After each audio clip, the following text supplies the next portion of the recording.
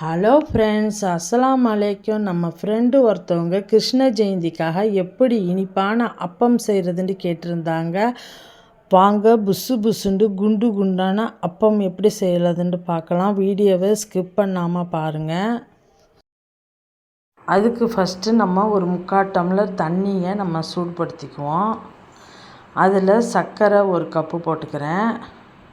சர்க்கரை நல்லா கொதிக்கிட்டோம். பாவு பதம்லாம் தேவையில்லை, நல்லா கொதிச்சா போதும்.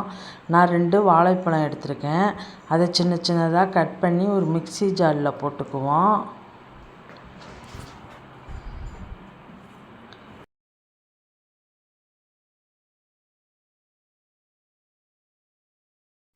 ஏலக்காய் ஒரு 3 போட்டிருக்கேன். உப்பு ஒரு 1/2 ஸ்பூன் போட்டுக்கலாம். ஒரு சிட்டிகை போட்டால் போதும். நம்ம வெல்லம் நல்லா கரைஞ்சிடுச்சு. இப்போ அந்த தண்ணியை கொஞ்சோன்னு ஊற்றிக்குவோம் அந்த பாவை. இப்போ போய் ஒரு மிக்சியில் நம்ம அரைச்சிட்டு வந்துடுவோம். பாருங்கள், நல்லா அரைச்சிட்டு வந்தாச்சு. இப்போ இன்னும் கொஞ்சோன்னு அந்த கரைசலை ஊற்றிக்குவோம், வெள்ளை கரைசலை. இப்பயும் போய் நம்ம அரைச்சிட்டு வந்துடுவோம். இப்போ இது கூடயே பச்சரிசி மாவு 1 கப் சேர்த்து அதையும் நம்ம நல்லா அரைச்சிட்டு வந்துடுவோம், கட்டி இல்லாமல். நம்ம ஸ்பூன் போட்டு கலக்கிறதோட இந்த மாதிரி நம்ம மிக்சியில் அடிச்சிட்டா நல்லா கட்டி இல்லாமல் இருக்கும். இருக்கிற சர்க்கரை பாவையும் நம்ம அதில் ஊற்றி அதையும் நம்ம நல்லா அரைச்சிட்டு வந்தாச்சு. பாருங்கள், இப்போ ஒரு கட்டி கூட இல்லாமல் இந்த பதத்துக்கு இருந்தால் போதும். இப்போ இதை ஒரு பவுலில் ஊற்றிக்கலாம்.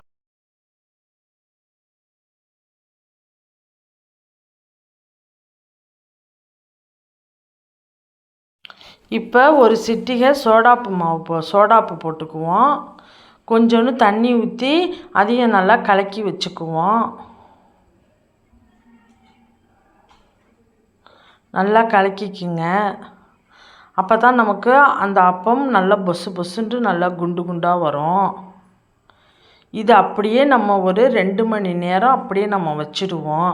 அப்போ தான் நல்லா ஊறி பொசு பொசுன்ட்டு இருக்கும் அப்பம்.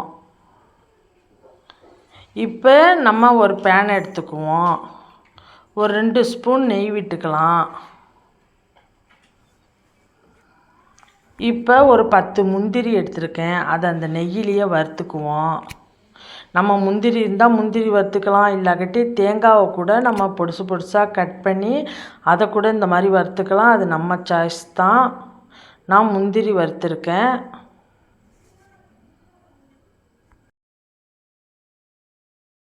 இப்போ முந்திரி செவந்துருச்சு. நம்ம இதை எடுத்துருவோம் முந்திரியை. இப்போ நம்ம குழிப்பணியாரக்கல்லை நம்ம வச்சுடுவோம் அடுப்பில். இப்போ மாவு நல்லா புளிச்சு நல்லா ரெடியாக இருக்குது. 2 மணி நேரம் கழித்து நம்ம எடுத்துருக்கோம். இப்போ நல்லா புசு புசுன்னு இருக்குது. மாவை பார்த்தாலுமே உங்களுக்கு தெரியும். இதை நம்ம எண்ணெயில் வேண்டாலும் விடலாம், இந்த மாதிரி பணியாரக்கல்லில் கூட நம்ம சுடலாம்.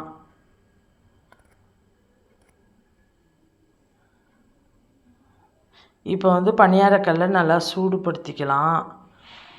அந்த நெய்யை கொஞ்சோன்னு ஊற்றிக்கிறேன். நம்ம முந்திரியை வறுத்து வச்ச நெய்யும் ஊற்றிக்கிட்டு இன்னும் நெய் போட்டுக்கலாம், ஒவ்வொரு ஸ்பூனு. நெய்யில் வேண்டாலும் செய்யலாம், எண்ணெயில் வேண்டாலும் செய்யலாம். ஆனால் நெய்யில் செஞ்சால் நமக்கு இன்னும் நல்லா வாசமாக இருக்கும். நான் எல்லாத்துலேயும் நெய் ஊற்றியாச்சு. நம்ம வறுத்து வச்ச முந்திரியை ஒன்று ஒன்று வச்சுக்கலாம். இது நட்ஸோடு சாப்பிட்டா இன்னும் நல்லாயிருக்கும். கொஞ்சம் சிம்மிலேயே வச்சுக்கோங்க. இப்போ நம்ம இதை திருப்பி போட்டுக்குவோம். இந்த மாதிரி ஸ்டிக்கு வச்சு எல்லாத்தையும் திருப்பி போட்டுக்கலாம். வீடியோ பார்க்குற நீங்கள் சப்ஸ்கிரைபே பண்ண மாட்டேங்கிறீங்க. சப்ஸ்கிரைப் பண்ணிவிட்டு பாருங்கள். அப்போ தான் நான் போடுற வீடியோலாம் உங்களுக்கு நோட்டிஃபிகேஷனாக வரும். இப்போ இன்னொரு நடையை நான் நல்லா திருப்பி போட்டுக்கிறேன். அப்போ தான் உள்ளாரக்க மாவுலாம் இருந்தால் அது நல்லா வெந்துடும். நல்லா இந்த மாதிரி சிம்முலேயே வச்சுக்கோங்க. அப்போ தான் நல்லா பொன்னிறமாக நமக்கு வரும். பாருங்கள், எல்லாம் ரெடி ஆகிடுச்சு. இப்போ நம்ம இதை எடுத்துருவோம்.